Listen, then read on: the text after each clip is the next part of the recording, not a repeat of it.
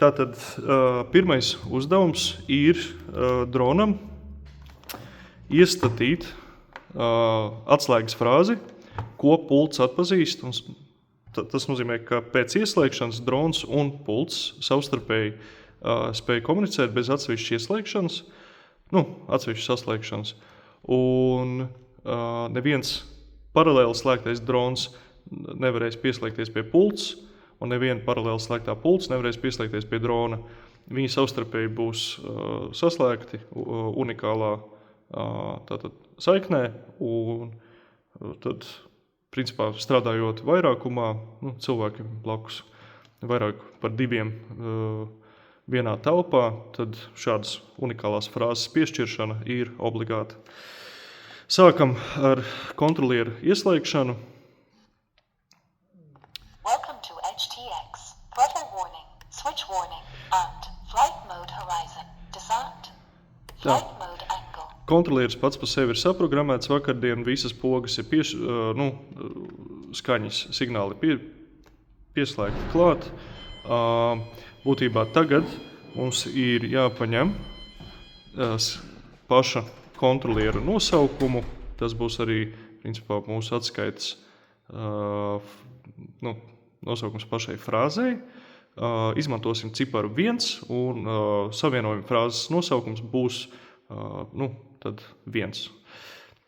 Respektīvi, lai ieprogrammētu pašu kontrolieri, jāieslēdz ir lokālā interneta pieslēgums, jānospiež System, jāspiež Express LRS, tad braucam uz leju, braucam uz leju, līdz mēs nonākam līdz Wi-Fi Connectivity.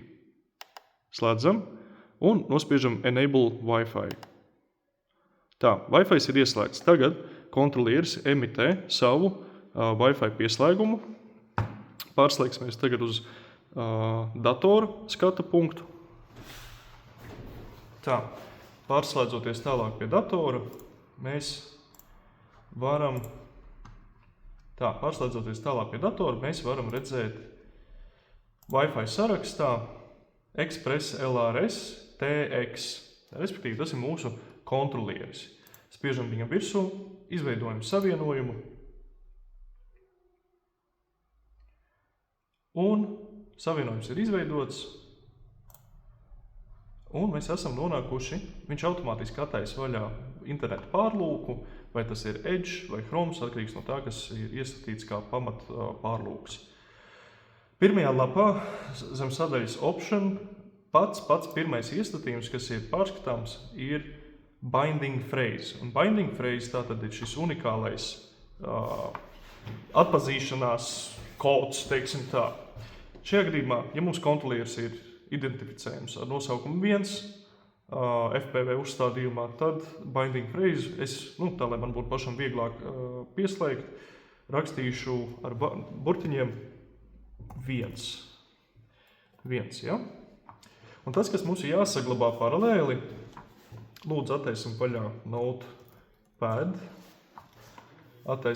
Notepad, un iekš Notepad mēs ierakstīsim iekšā pirmkārt mūsu atslēgas frāzi, un pats svarīgākais, ko vajag saglabāt, ir šie cipariņi, kas ir uzģenerēti atbilstoši pašai saslēgšanās frāzē. Lūdzu, nokopējiet šos cipariņus, bez viņiem nebūs iespējams pieslēgties dronam, un dronam nebūs iespējams atpazīt kontrolieri. Tātad ierakstam 1 un iekopējam šos cipariņus. Lūdzu, neslēgt un nedzēst ārā šo failu, viņš jums noderēs. Pārējiem uz nākošo soli.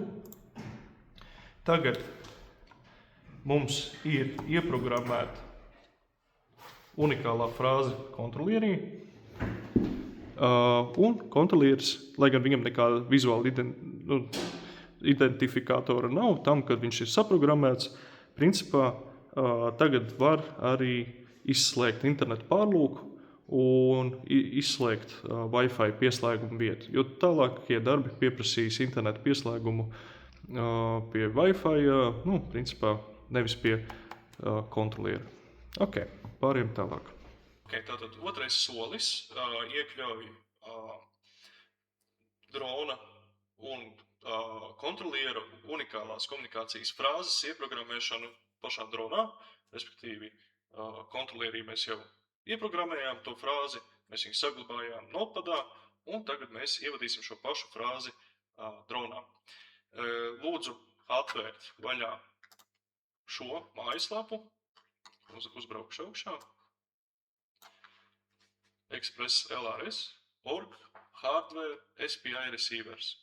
Šī mājaslapa jau sagatavos jums gatavu kodu, ko ievadīt pašā dronā. Jums pašiem nekas nebūs jāraksta.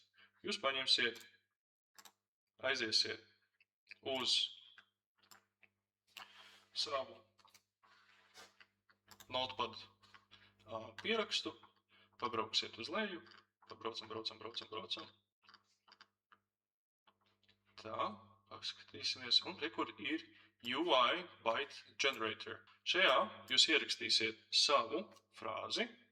Atkal, specifiski šim dronam komunikācijas frāze ir 1, tāpēc mēs ievadīsim binding phrase 1.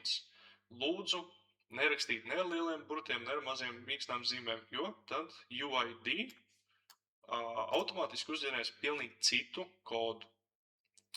Mēs varam pat drošības pēc paņemt un salīdzināt notepadā saglabāto kodu 56, 114, 6.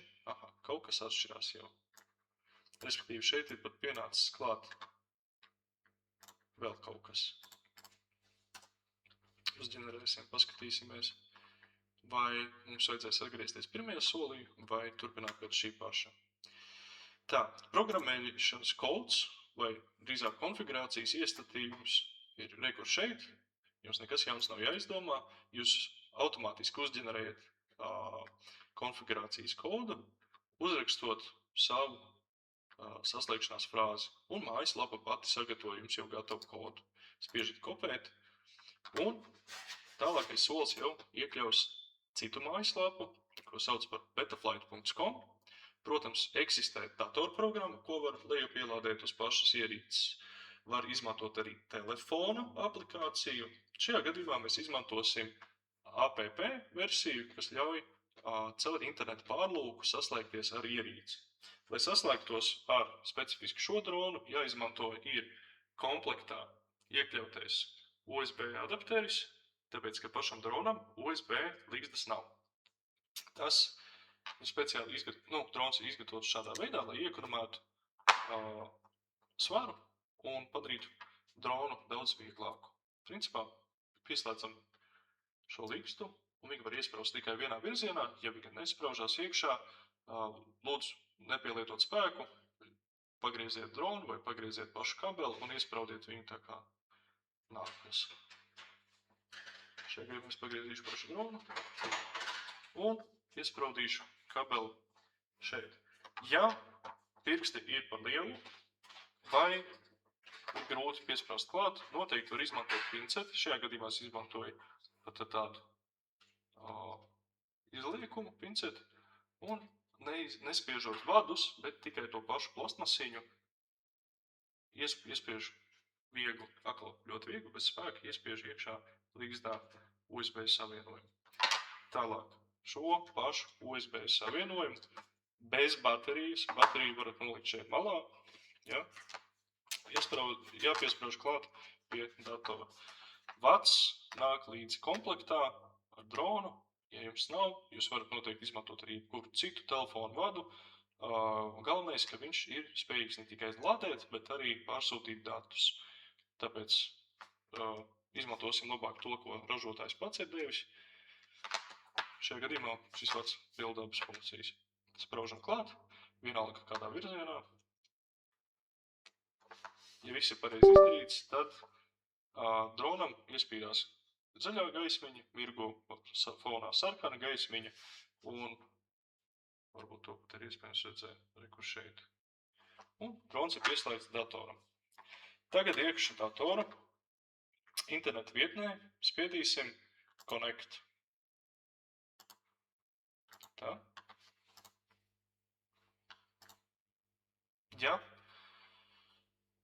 gadījumos, ja jūs pirmo reizi pieslēdzaties ar šo ierīci pie datora, var gadīties, ka dators neatpazīst dronu, tāpēc uzklikšķiniet šai izvēlnei un spiediet nevaru atrast USB ierīci. Spiežam virsū un interneta pārlūks piedāvās pieslēgties tai ierīcei, kas ir pieslēgta USB portā.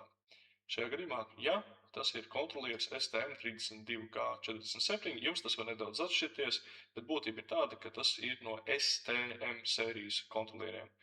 Tā, spiežam jā, izveidot savienojumu un spiežam connect. Kad esam pieslēgušies, jums parādīsies šāds ekrāns, lai pārliecinātos par to, ka jūs tiešām esat saslēgušies ar dronu, jūs varat pakustināt dronu un jūs redzēsiet, ka drona kustība korelējas ar ekrānā redzamā drona modeļa kustību. Tātad pāriesim tālāk pie nākošā soļa. Atgādinu, iepriekšējā solī jūs nokopējāt šo sadaļu, kas tika uzģenerēta tieši jūsu frāzē, ja, mūsu gadījumā 1, un tad te viss ir pielāgots. Šo frāzi mēs iekopēsim pēdējā ailītē, ja, te ir visādi iestatījumi kreisajā pusē, un pats pēdējais iestatījums ir drona, terminālis, tā viņš sauc principā. Terminālī mēs iekopēsim iekšā, jūs varat ar Ctrl+V, vai mēs varam šajā gadījumā ielīmēt, ja, un nospiest Enter. Nospiežam Enter, un drons ir ieprogrammēts. Viss. Tagad viņam vajadzētu komunicēt ar kontrolieri. Un veids, kā to var pārliecināties pēc iespējas ātrāk, ir atslēgt vispirms dronu no strāvas. Tā. Un pieslēgt. Un jūs dzirdēsiet, ka jums kontrolieris pasaka telemetry lost. Tas nozīmē, ka kontrolieris un drons savstarpēji tikko runāja, un jūs atslēdzāt dronu no strāvas, un kontrolieris uzreiz pasaka, es neredzu dronu. Ja mēs pieslēgsim klāt dronu atpakaļ, pagaidam. Telemetry recovered. Tas nozīmē, ka kontrolieris uzreiz redz dronu, jo dronam pienāk strāva, un viņi savstarpēji tagad runājas. Tātad unikālās frāzes programmēšana ir pabeigta. Trešais un pēdējais solis iekļauj tātad kārtas skaitļa vai drona nosaukuma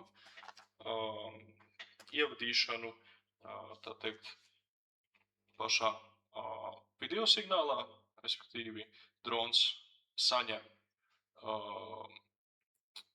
izsūta video signālu, kuram tiek iekombinēts iekšā teksts. Vēlāk es parādīšu, kā tas izskatās. Kad viņu pamaina uz doto brīdi, ja mēs ievadīsim, iespraudīsim iekšā bateriju, dronā, pieslēgsim viņu klāt,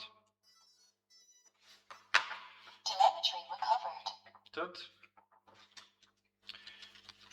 iekš brillēm, es nezinu, vai ir iespējams redzēt, pietiekami labi. Tā, vajadzētu fokus pieslēgt tūlīt. Jūs redzēsiet mani, autofokus. Autofokus. Pašā apakšā tekstā parādās Meteor 75 Pro. Šo tekstu mēs vēlamies nomainīt uz kārtas skaitli, šajā gadījumā 1. Turpinam ar to, ka mēs atvienojam dronu no baterijas. Tas mums tagad nebūs nepieciešams. Tālākajos soļos atkārtojam tieši tās pašas darbības, kuras iepriekš. Pievienojam USB adapteri dronam. Tūlīt. Es izmantošu pinceti, tāpēc, ka es negribu sabojāt vadus vai līgzdu. Un es viegli uzspiežu. Un viņš ir līgzdā. Tālāk. Paņemsim Piespraudīsim atkal USB vadu dronam. Atkal viņš nomirkšanās. Telemetry recovered. Kontrolieris saka, ka mums ir ieslēgts drons. Un dosimies uz Connect. Piespiežam Connect. Un dodamies uz Configuration. Configuration sadaļā, šeit kreisajā pusē, zobratiņš. Mēs atvērsim drona iestatījumus. Šeit mēs neko daudz arī nemainīsim. Iesaku pagaidām arī nemainīt. Sadaļā Aircraft Name, lidaparāta nosaukums. Mēs ierakstīsim tātad ar burtiņiem 1. 1. Un, kad esam ierakstījuši drona nosaukumu, kas mums parādīsies uz ekrāna, spiežam Save and Reboot. Tātad vajadzētu būt, kad es nospiežu, mēģināšu vēlreiz nofokusēt. Tā. Autofokus.